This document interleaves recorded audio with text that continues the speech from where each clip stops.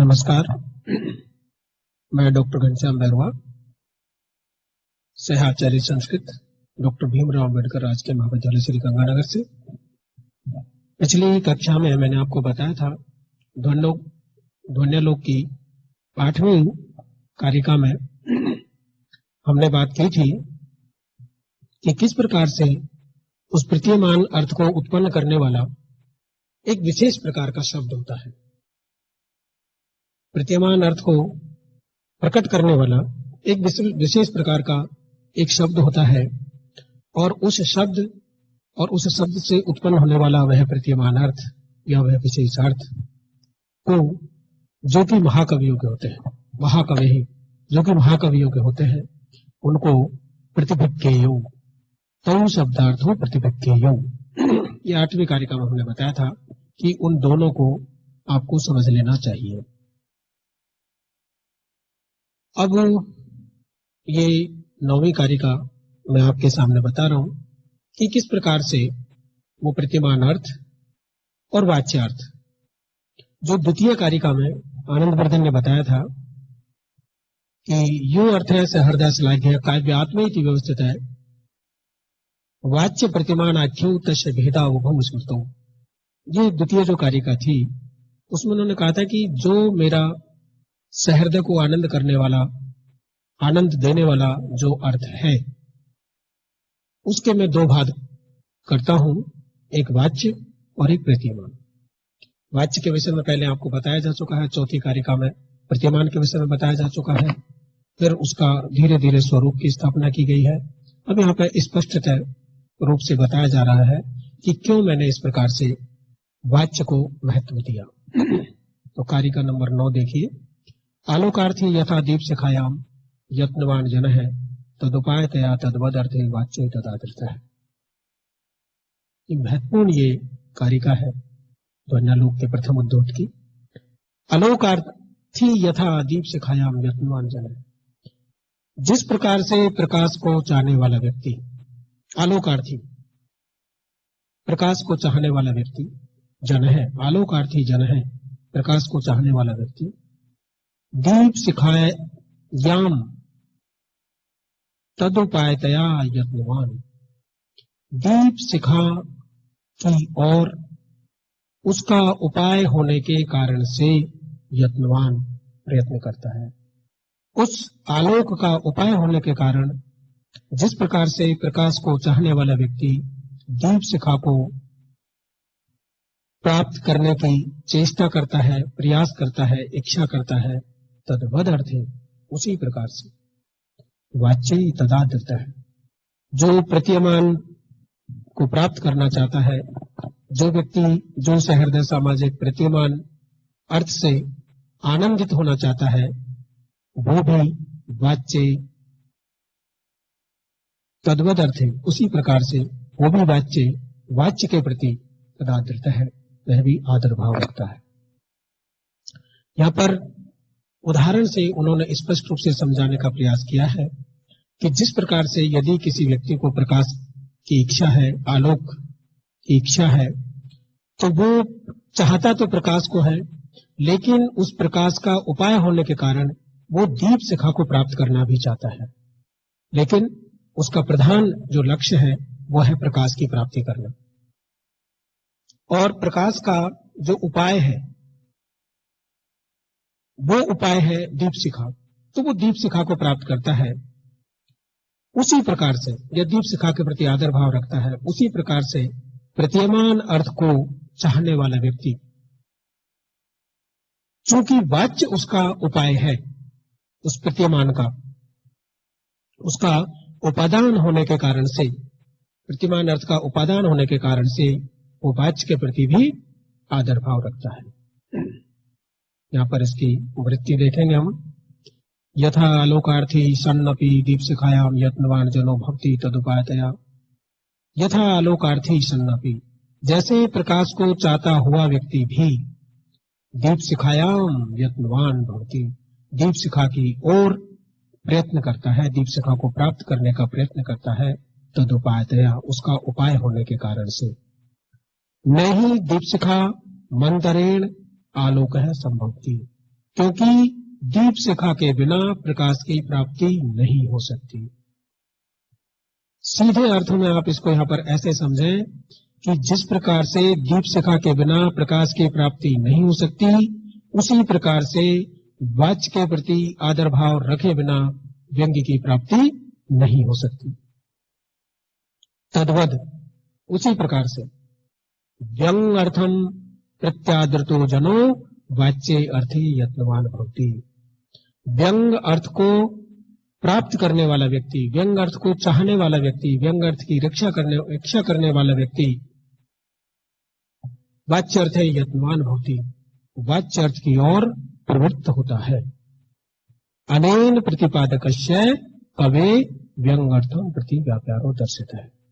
अनेन प्रतिपादकस्य, इसके द्वारा प्रतिपादकस्य व्यंग कवे व्यंगम अर्थम प्रति व्यापारो दर्शित है। प्रतिपादक कवि का व्यंग अर्थ के प्रति व्यापार दिखाई देता है। ये जो प्रक्रिया बताई है यहाँ पर, इस प्रक्रिया के माध्यम से प्रतिपादक जो कवि है उसका व्यंग अर्थ के प्रति व्यापार प्रदर्शित यहाँ पर होता है। मैं आपको पुनः एक बार और बता दूं कि जिस प्रकार से प्रकाश को चाहने वाला व्यक्ति दीप शिखा की ओर यत्नवान अर्थात दीप शिखा को प्राप्त करने का प्रयत्न करता है, क्योंकि दीप शिखा उस आलोक का, उस प्रकाश का उपाय है। तद्वदर्थे, उसी प्रकार से वाच्य तदादृत है, उसी प्रकार से वो वाच्य के प्रति भी आदर भाव रहता है जो व्यक्ति प्रतीयमान को प्राप्त करना चाहता है।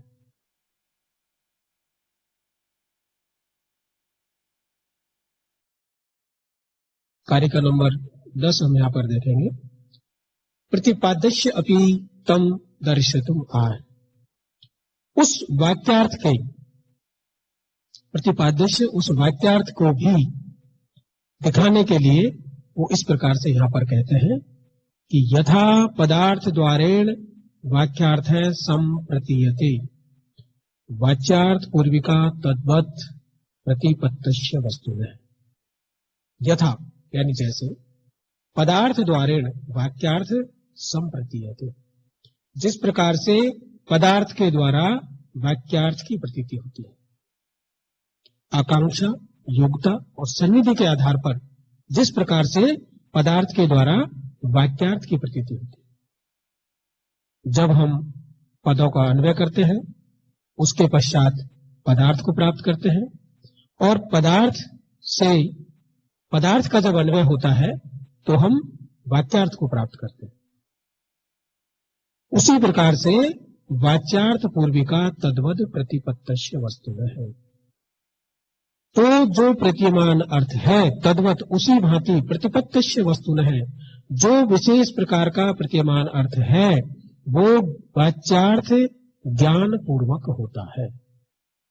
कहने का तात्पर्य विस्तार से आपको मैं यहां पर यह बताऊंगा कि जब हमको प्रतिमान अर्थ की प्राप्ति होती है तो वह प्रतिमान अर्थ वाच्यार्थ ज्ञान पूर्वक होता है। अर्थात उस प्रतिमान अर्थ से पूर्व हमको वाच्यार्थ का ज्ञान करना चाहिए, या हमको पहले वाच्यार्थ का ज्ञान होता है, और वह वाच्यार्थ का ज्ञान ही हमको प्रतिमान अर्थ का ज्ञान करवाने में सहयोगी है, सहायक है। यथा पदार्थ द्वारेण वाक्यार्थ संप्रतीयते, जिस प्रकार से पदार्थ के माध्यम से वाक्यार्थ की प्रति प्राप्ति होती है। आकांक्षा, योग्यता, सन्निधि, वसाद, वक्ष्यमाणाम, स्वरूपाणाम, पदार्थानाम, इस प्रकार से मम्मट ने कहा है कि जब पदार्थ के माध्यम से हमको वाक्यार्थ की प्रतीति होती है, इसी क्रम में जब हम प्रतिमान अर्थ का ज्ञान करते हैं तो वो प्रतिमान अर्थ वाच्यार्थ पूर्विका तद्वत्, वो विशेष जो अर्थ होता है जो उससे हृदय को आनंद देने वाला होता है, वह अर्थ वाच्यार्थ पूर्विका तद्वत्, वह प्रतिमान अर्थ वाच्यार्थ ज्ञान पूर्वक होता है।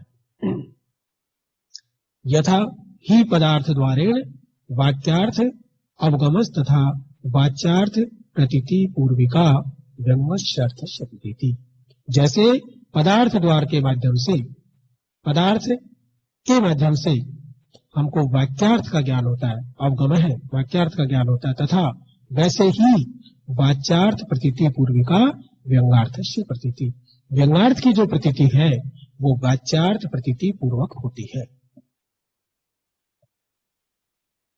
तो 9वीं कारिका में जो कहा था कि आलोकार्थी यथा दीपशिखायाम यत्नवान जन है, कि प्रकाश को चाहने वाला व्यक्ति जिस प्रकार से दीपशिखा की ओर यत्नवान होता है, तो वाच्य के प्रति भी उसी प्रकार से आदर भाव रखता है जैसे प्रकाश को चाहने वाला व्यक्ति दीपशिखा की ओर आदर भाव रखता है।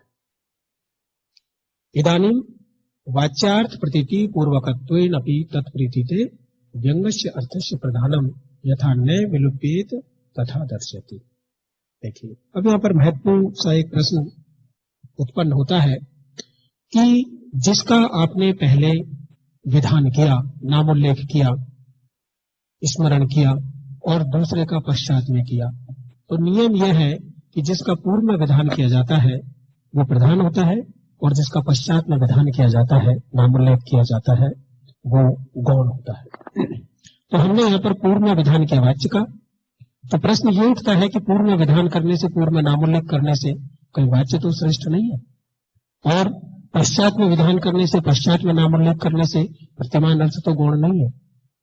इस शंका के समाधान के लिए मैं आपको यहाँ पर यह बताना चाहूंगा कि वाच्य में और प्रतीयमान में उपाय और उपेय संबंध है। यद्यपि हमको चाहिए उपेय, परंतु उस उपेय को प्राप्त करने के लिए उपाय के प्रति हमको आदर भाव रखना पड़ेगा। जिस प्रकार से यदि किसी नायक को नायिका का मुख देखना है, तो नायिका का मुख देखने के लिए अंधेरी रात में नायिका का मुख देखने के लिए उसको दीपशिखा की आवश्यकता होगी। यद्यपि उसको नायिका के मुख दर्शन से ही आनंद की प्राप्ति होगी, लेकिन चूंकि रात अंधेरी है, नायिका का मुख दर्शन प्राप्त नहीं हो पा रहा है, इसलिए वो पूर्व में दीपशिखा के प्रति आदर भाव रखते हुए दीपशिखा को प्रज्वलित करता है, और दीपशिखा उस नायिका के मुख दर्शन के प्रति उपाय है। तो पहले उन्होंने, नायक ने उपाय के प्रति आदर भाव रखा, लेकिन वो उपाय के प्रति जो आदर भाव था वो उपेय की प्राप्ति के लिए ही था। तो निश्चित रूप से हम यहाँ पर ये समझेंगे कि उपाय श्रेष्ठ नहीं होता, उपेय श्रेष्ठ होता है, और उपेय ही अपेक्षित होता है। उपेय ही अपेक्षित होता है, उपेय की ही इच्छा की जाती है, और जिसकी इच्छा की जाती है वही श्रेष्ठ होता है, संसाधन या उपाय श्रेष्ठ नहीं होता। तो इदानीं वाच्यार्थ प्रतीति पूर्वकत्व अपि, वाच्यार्थ की प्रतीति पूर्वकत्व अपि, वाच्यार्थ की प्रतीति पूर्वक होती है। प्रतीयमान अर्थ की प्रतीति वाच्यार्थ के ज्ञान पूर्वक, पूर्व ज्ञान पूर्वक होती है। इसलिए व्यंग्यार्थस्य प्राधान्यम यथा न विलुप्येत तथा दर्शयति, व्यंग्यार्थ की प्रधानता कहीं लुप्त नहीं हो जाए, इसको इन्होंने और इस कारिका में स्पष्ट रूप से बताया है। आप समझ गए होंगे कि मैं क्या कह रहा हूं। जब किसी का पूर्व में विधान किया जाता है, प्रथम में विधान किया जाता है, और किसी का पश्चात में दूसरे नंबर पर विधान किया जाता है, तो जिसका प्रथम विधान किया जाता है वो श्रेष्ठ होता है, जिसका द्वितीय विधान किया जाता है वो कम श्रेष्ठ होता है, गौण होता है। एक सामान्य नियम है। इस सामान्य नियम को यदि ध्यान में रखें तो कहीं ऐसा ना हो जाए कि प्रतीयमान अर्थ है उसके प्रतीति वाच्यार्थ ज्ञान पूर्वक होती है, तो वाच्यार्थ ज्ञान पूर्वक होने के कारण कहीं प्रतीयमान अर्थ की प्रधानता गौण न हो जाए, प्रधानता लुप्त न हो जाए, व्यंग्यार्थ की प्रधानता कहीं लुप्त न हो जाए, प्रतीयमान की प्रधानता कहीं लुप्त न हो जाए, इसको यूं इस प्रकार से दर्शाते हैं। स्वयं सामर्थ्य वसेनैव वाक्यार्थम प्रथयन्नति यथा व्यापार निष्पत्तौ पदार्थों में विभाज्यते। देखिए, अब यहाँ पर बहुत ही महत्वपूर्ण सी बात बताई है कि स्वयं सामर्थ्य वसेन एव वाक्यार्थम प्रथयन अपि, अपने सामर्थ्य के आधार पर ही, अपनी पूर्ण सामर्थ्य के आधार पर ही वाक्यार्थम प्रथयन्नपि, जो पदार्थ है वो वाक्यार्थ को प्रथयन्नपि कहता हुआ, प्रकट करता हुआ। स्वयं सामर्थ्य वसेन, अपनी पूर्ण सामर्थ्य के आधार पर ही वाक्यार्थम प्रथयन्नति, वाक्यार्थ को प्रकट करता हुआ, वाक्यार्थ को कहता हुआ, वाक्यार्थ को निवेदित करता हुआ पदार्थो, वह पदार्थ व्यापार निष्पत्तौ, व्यापार की समाप्ति हो जाने पर न यथा विभाव्यते, वो उससे भिन्न भाषित नहीं होता, वह उससे भिन्न नहीं होता। कितनी महत्वपूर्ण बात है कि जो पदार्थ अपनी सामर्थ्य के आधार पर ही हमको वाक्यार्थ का ज्ञान करवाता हुआ, जब वाक्यार्थ को जो वो ज्ञान करवा रहा है पदार्थ, उस पदार्थ का वाक्यार्थ को ज्ञान करवाने में जो व्यापार है, वो व्यापार यदि निष्पन्न हो जाता है और व्यापार की निष्पत्ति पर फिर वो पुनः पदार्थ के रूप में हमको प्रदर्शित नहीं होता, हमको दिखाई नहीं देता, उसका हमको पुनः पदार्थ के रूप में ज्ञान नहीं होता। ये बहुत ही महत्वपूर्ण बात बताई है कि वाच्यार्थ जो है, पदार्थ जो है, वो वाक्यार्थ तक हमको ले जाता है, और ले जाकर के ये नहीं कि फिर वो वापस स्वतंत्र पदार्थ रूप में हो जाता है, ऐसा नहीं है।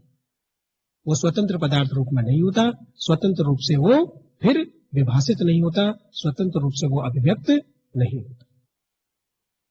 यथा सामर्थ्य वशेन एव वाक्यार्थम प्रथयन्नपि पदार्थो व्यापार निष्पत्तौ न विभाव्यते विभक्तया, जैसे स्व सामर्थ्य वशेन अपने सामर्थ्य के आधार पर ही वाक्यार्थ को कहता हुआ पदार्थ, जो पदार्थ हमको वाक्यार्थ को कहता है, वो पदार्थ व्यापार निष्पत्तौ, व्यापार की निष्पत्ति हो जाने पर, यहाँ पर निष्पत्ति शब्द है, मति के समान रूप चला है और सप्तमी का एक वचन, उसकी निष्पत्ति हो जाने पर न विभक्तया विभाव्यते, वो अलग रूप में, विभक्त अलग रूप में, स्वतंत्र रूप में, दूसरे रूप में दिखाई नहीं देता। अर्थात जो पदार्थ हमको वाक्यार्थ तक पहुंचाता है, वाक्यार्थ की प्रतीति करवाता है, वह प्रतीति होने के पश्चात स्वतंत्र अस्तित्व में हमको दिखाई नहीं देता। इस प्रकार से कार्य का नंबर आपको 12 में आपको बताना चाहूंगा कि तद्वद सचेतसाम सुअर्थ है वाच्यार्थ मखात्मनाम बुद्धौ तत्वदर्शिन्याम झटित्येव भासते। तद्वद सचेतसाम सुअर्थो वाच्यार्थ मखात्मनाम बुद्धौ तत्वार्थदर्शिन्याम झटित्येव भासते। सचेतसाम, कौन से सचेतस? वाच्यार्थ विमुख आत्मनाम, जो वाच्यार्थ से विमुख है, ऐसे सचेतसाम, ऐसे सचेतसों के लिए सो अर्थ है, वह अर्थ, कौन सा अर्थ? जो प्रतिमान अर्थ, जो विशेष अर्थ।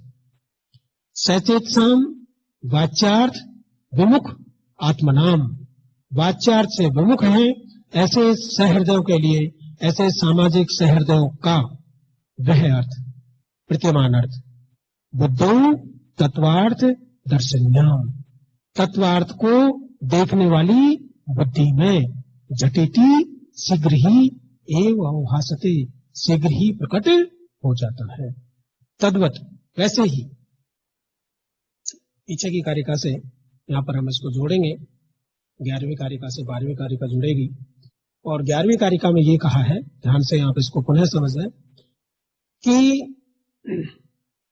जो पदार्थ अपने स्वयं के सामर्थ्य से वाक्यार्थ को प्रकट करता है, और वाक्यार्थ को प्रकट करने में जो उसका व्यापार है, उस व्यापार के संपन्न हो जाने पर भी, उस व्यापार के निष्पन्न हो जाने पर भी वो स्वतंत्र रूप से अवभाषित नहीं होता।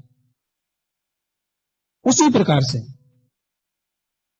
जो सहृदय व्यक्ति है, जिसको वाच्यार्थ की अपेक्षा नहीं है, जिसको प्रतीयमान अर्थ की अपेक्षा है, जिसको प्रतीयमान अर्थ की प्रतीति करनी है, वह वाच्यार्थ विमुखात्मना, वाच्यार्थ से विमुख होते हुए भी उसकी बुद्धि में, कौन सी बुद्धि में? तत्वार्थ दर्शन्याम बुद्धौ, तत्वार्थ को देखने में समर्थ, दर्शन्याम बुद्धौ, सप्तमी व्यक्ति का एक वचन है, तत्वार्थ को देखने में समर्थ उसकी बुद्धि में झटिति एव अवभासते सो अर्थ है, वह अर्थ शीघ्रता पूर्वक ही अवभाषित हो जाता है, प्रदर्शित हो जाता है। एवं वाच्य व्यतिरेकिण हो व्यंग्यार्थस्य सद्भावम प्रतिपाद्य प्रकृत उपयोजन आह। एवं इस प्रकार से वाच्य व्यतिरेकिणो व्यंग्यार्थ, वाच्य से भिन्न व्यंग्यार्थ के सद्भाव को प्रतिपाद्य प्रकृत उपयोजन आह।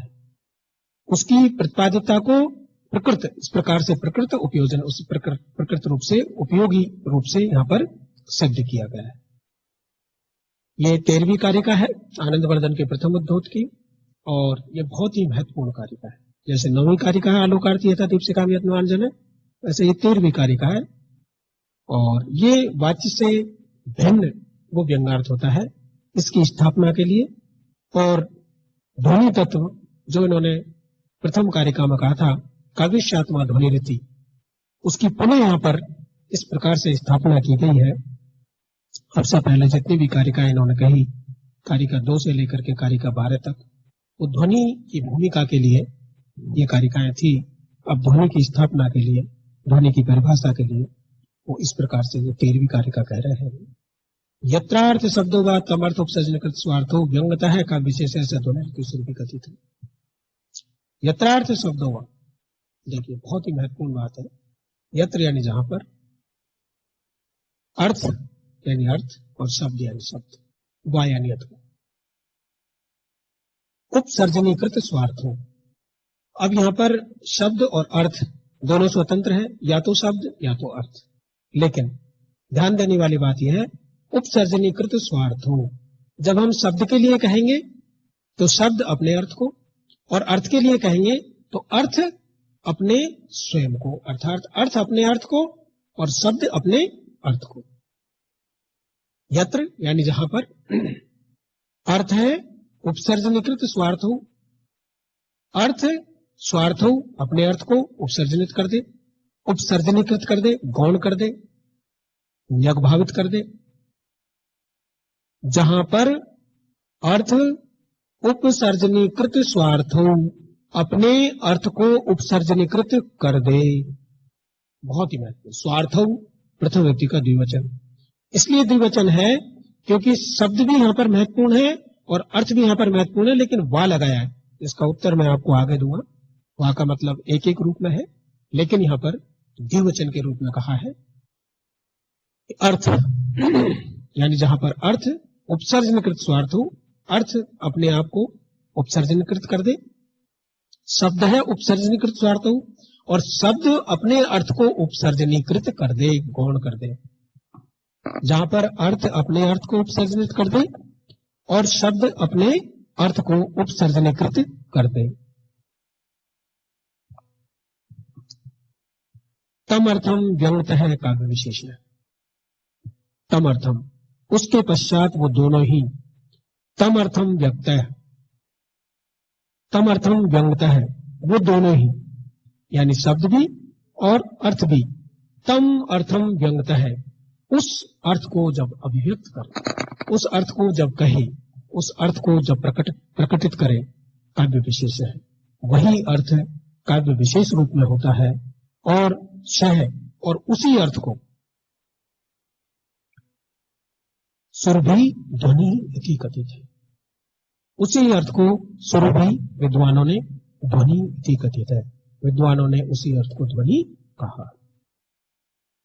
यहां पर मैं 4 वाक्य आपको बताना चाहूंगा जो कि अत्यंत महत्वपूर्ण है, अत्यंत सरल भाषा में मैं आपको यहां पर स्पष्ट करता हूं कि यत्र यानी जहां पर अर्थ उपसर्जनीकृत स्वार्थ हो, जहां पर अर्थ अपने अर्थ को गौण कर दे, नंबर 1।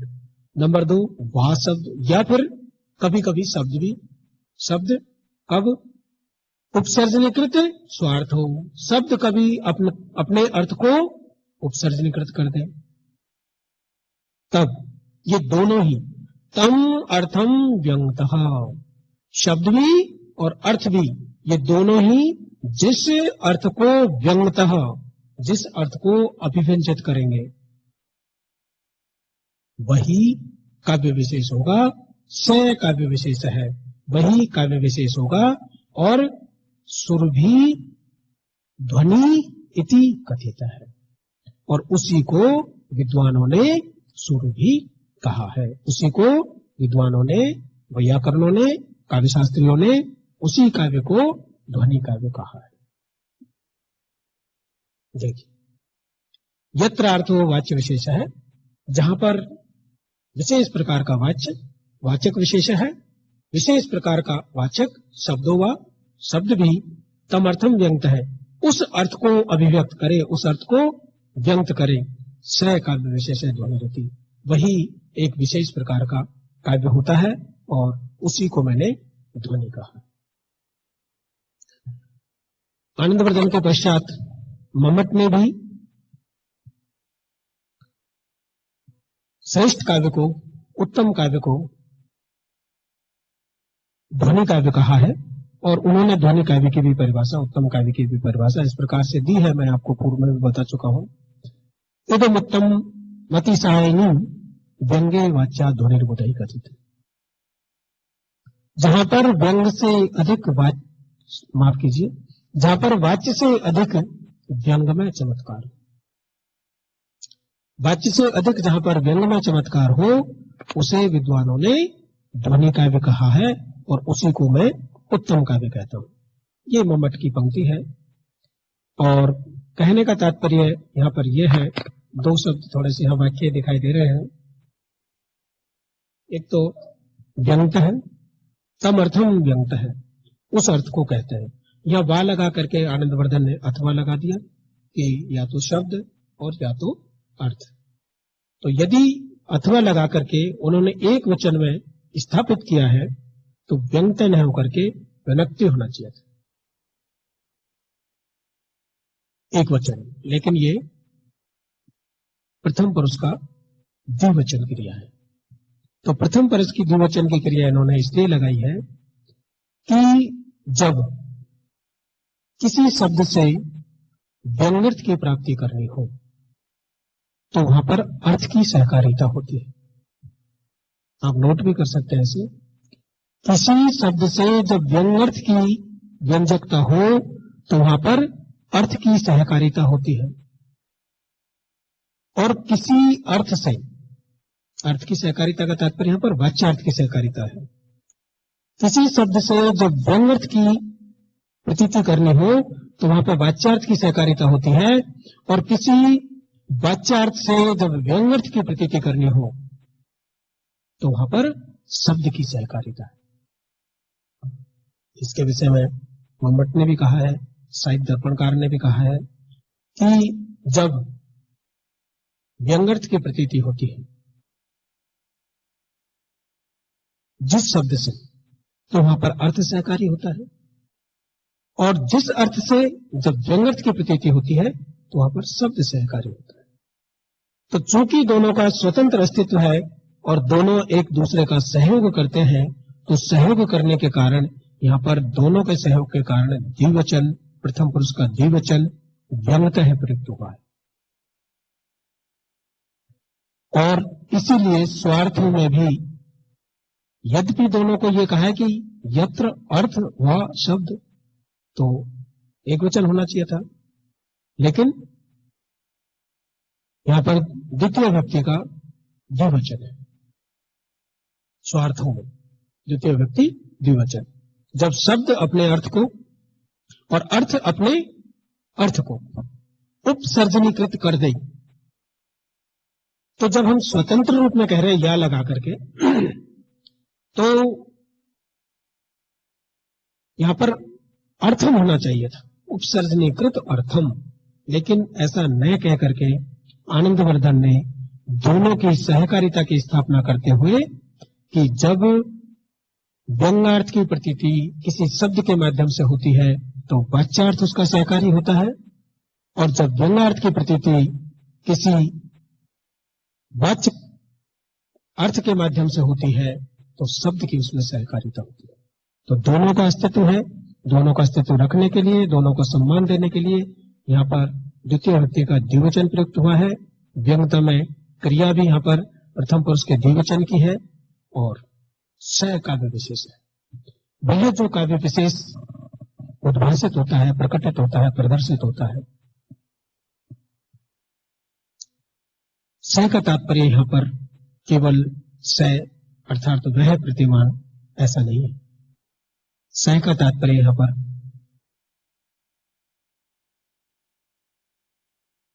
शब्द, व्यंजक और व्यवहार्थ।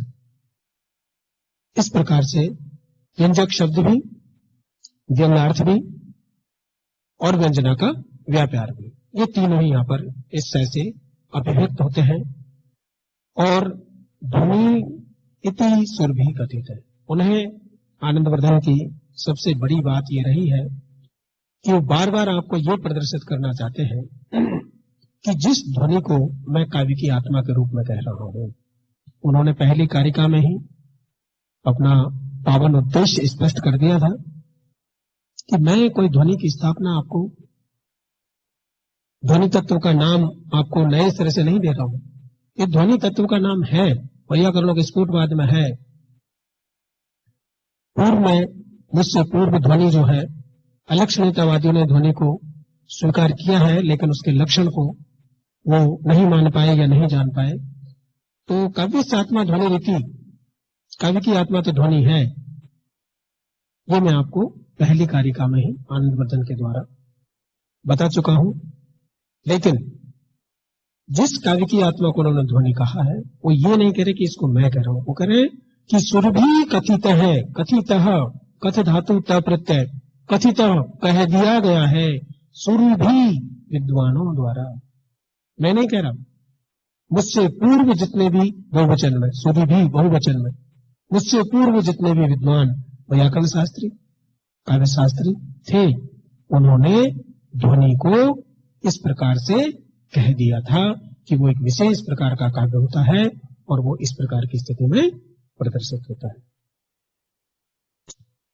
आज के मैं समझता हूं कि इस व्याख्यान में 4 कारिका मैंने आपको करवाई है। चारों की चारों कारिका बहुत ही महत्वपूर्ण है। 9वीं कारिका और 13वीं कारिका तो अत्यंत महत्वपूर्ण है, आप समझ गए होंगे। आलोकार्थी यथा दीपशिखान व्यत्मान जने तदुपातया तदवदर्थे वाच्य तदार्थित है।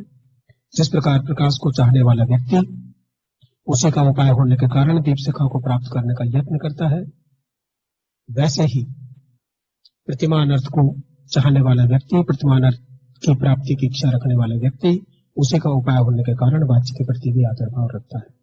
मैं समझता हूं इसमें कोई संदेह नहीं होगा। यथा पदार्थ वाक्यार्थ संप्रतीयते वाच्यार्थ पूर्विका तद्वत् प्रतिपत्तस्य वस्तु में। जिस प्रकार से पदार्थ के माध्यम से हम वाक्यार्थ को प्राप्त करते हैं, पदार्थ का जब अन्वय होता है तो आकांक्षा, योग्यता और संविधि के माध्यम से हम वाक्यार्थ को प्राप्त करते हैं। उसी प्रकार से ये जो प्रतिपत्तस्य वस्तु है, ये जो प्रतिमान अर्थ जो काव्य की आत्मा के रूप में, जो हृदय को आनंद देने वाले के रूप में मैं आपको प्रस्तुत कर रहा हूं, वो वाच्यार्थ ज्ञान पूर्वक होता है। वाच्यार्थ का ज्ञान पूर्व में होता है और प्रतिमान अर्थ का ज्ञान उसके पश्चात में होता है। तो कहीं वाच्यार्थ का ज्ञान पूर्व में होने के कारण, वाच्यार्थ का विधान पूर्व होने के कारण और व्यंग का विधान उसके पश्चात होने के कारण कहीं वाच्य प्रधान ना हो जाए और गौण व्यंगार्थ गौण ना हो जाए, इसके विषय में उन्होंने यहाँ पर और स्पष्ट किया है कि स्व सामर्थ्य बसे वाक्यार्थ प्रत्यय यथा व्यापार निष्पत्ति पदार्थों में। जो वाक्यार्थ अपने सामर्थ्य के आधार पर वाक्यार्थ की प्रतीति करवाता है और वाक्यार्थ की प्रतीति में जो पदार्थ का सामर्थ्य लगता है, व्यापार लगता है, वह व्यापार निष्पन्न हो जाने पर वह स्वतंत्र पदार्थ के रूप में नहीं रहता। इस प्रकार से उन्होंने यहाँ पर स्पष्ट करने का प्रयास किया है। तद्वत सचेत सामसु अर्थ है वाच्य अर्थ विमुखात्मना बुद्धों तत्वार्थ तत्संज्ञान झटिति उपासित। वाच्यार्थ विमुख जो सचेतस है, जो वाच्यार्थ को प्राप्त नहीं करना चाहते, जो सीधे सीधे ही व्यंगार्थ को प्राप्त करना चाहते हैं, वो व्यक्ति, उनकी जो तत्वर्थ दर्शनी जो बुद्धि है, उसमें प्रतिमान अर्थ झटिति शीघ्र ही अवभाषित हो जाता है, उनको प्राप्ति हो जाती है। यहां पर कहने का तात्पर्य यह है कि जिस प्रकार से जो व्यक्ति शब्द से अर्थ को नहीं जानता, वो पहले शब्द से अर्थ को जानता है, और जब वो शब्द से अर्थ को जानता है तो वो उस व्यापार में ही रहता है और उसको वाच्यार्थ ज्ञान ही होता है। लेकिन जो व्यक्ति शब्द और अर्थ को जानता है, परंतु अब शब्दार्थ से भिन्न व्यंग्यार्थ की उसको प्रतीति करनी है, तो शब्दार्थ के प्रति आदर भाव तो रखेगा, लेकिन उसका इच्छित जो अर्थ है वो व्यंग्यार्थ है, और वो व्यंग्यार्थ को प्राप्त करने के लिए वाच्यार्थ को प्राप्त करते हुए अति शीघ्र व्यंग्यार्थ की ओर जाएगा और व्यंग्यार्थ की उसको प्रतीति हो जाएगी। तो इस प्रकार का इन दोनों का क्रम है कि बिना वाच्यार्थ के आपको व्यंग्यार्थ की प्रतीति नहीं होगी। वाच्यार्थ का जिनको ज्ञान हो जाता है वही व्यंग्यार्थ की प्रतीति में सक्षम होते हैं। और अंत में ये 13वीं कारिका मैंने आपको भली बातें समझा दी। यत्रार्थ शब्दोवात्तम अर्थोपसर्जन स्वार्थो व्यंग्यता का विशेष भी कथित है।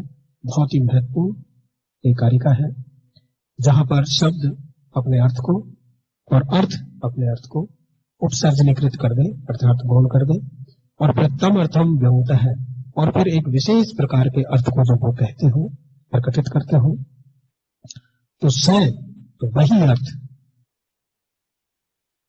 ध्वनि रीति सुर की कथित है। स काव्य विशेष है तो वही काव्य विशेष होता है, और उसी काव्य विशेष को विद्वानों ने, वैयाकरणों ने और काव्य शास्त्रियों ने ध्वनि कहा है। इस प्रकार से मैं समझता हूं कि आज का ये जो व्याख्यान है आपको इन चारों कारिका समझाने में मदद करेगा। धन्यवाद।